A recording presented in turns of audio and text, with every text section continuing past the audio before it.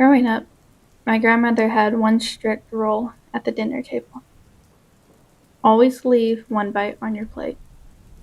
It didn't matter if it was rice, soup, or even a single piece of bread. No meals were ever to be finished completely. I asked her why once, when I was about 8. She just shook her head, her wrinkled fingers tightening around her spoon. You must always leave something behind, or he'll think you're inviting him in.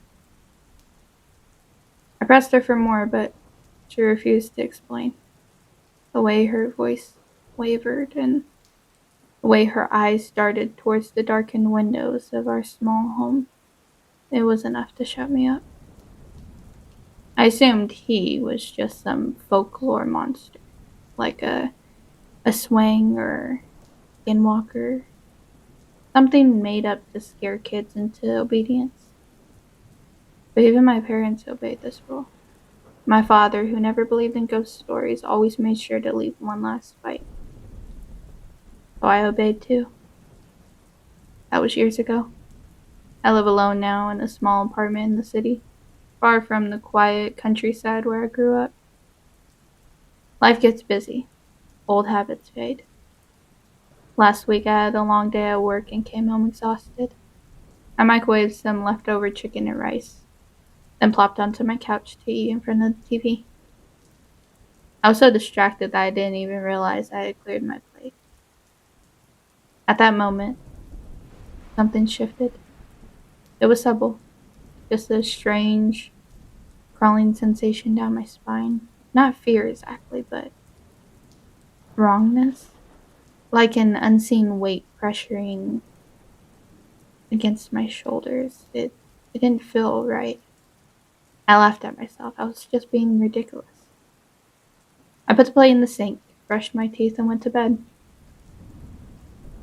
6:12 a.m. A sound woke me up.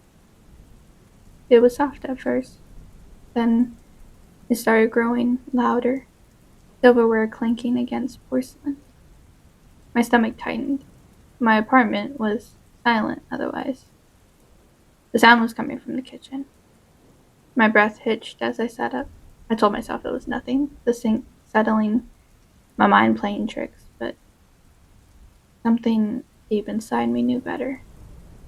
I climbed out of bed, stepping carefully over the creaky floorboards. The apartment was cold, much colder than it should have been. I reached the kitchen doorway and peered inside. The air left my lungs.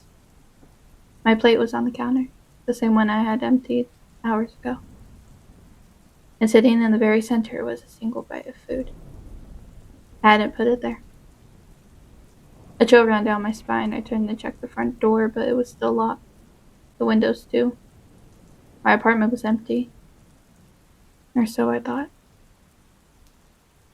Then I heard it. The sound of chewing, wet, smacking, hungry, and breathing. Hot, damp breath brushed the back of my neck. I turned so fast I nearly tripped, but there was nothing behind me. The light flickered. The air grew thick, suffocating. The smell hit me. Next, it was it was like rotting meat. And then a voice, low, whispering right beside my ear. Forgot my share. My entire body locked up. The room around me warped. No, not the room, the air itself. The shadows in the corners seemed deeper now, stretching towards me like grasping fingers. And then pressure. A deep, sickening weight pressed into my stomach. I gasped, my hands flying to my abdomen. Fingers, long, yellowed, and jagged. They weren't cutting, they were pulling.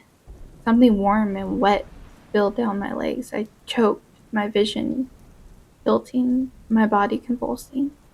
The fingers inside me twisted, yanking something loose, something important. I collapsed, my head striking the floor. World blurred, swimming in and out of focus. My breaths came in ragged, wheezing gasps. I tried to move, but the fingers still held me, caressing, exploring, taking. Through my fading vision, I saw it. A shape, impossibly tall, its limbs too long, its head tilted at an unnatural angle, its eyes black voids, hollow and dripping, staring down at me. It smiled, and then darkness. I woke up in my bed. Sunlight streamed through my windows, my heart pounded, my body drenched in sweat. I sat up too fast, nearly throwing up from the nausea. My hands flew to my stomach. There was no blood, no wounds. It was just a dream. Just a horrible, horrible dream. I let out a shaking breath and swung my legs over the bed. My body felt wrong, weak, empty, like something inside me was missing. I forced myself to stand and walk to the kitchen. Maybe some water would help. Maybe. I froze. My plate was still on the counter, and on it, sitting neatly in the center, a single bite of food. The apartment filled with the sound, a horrible, wet chuckle. And behind me, a whisper so close, I felt the breath on my ear.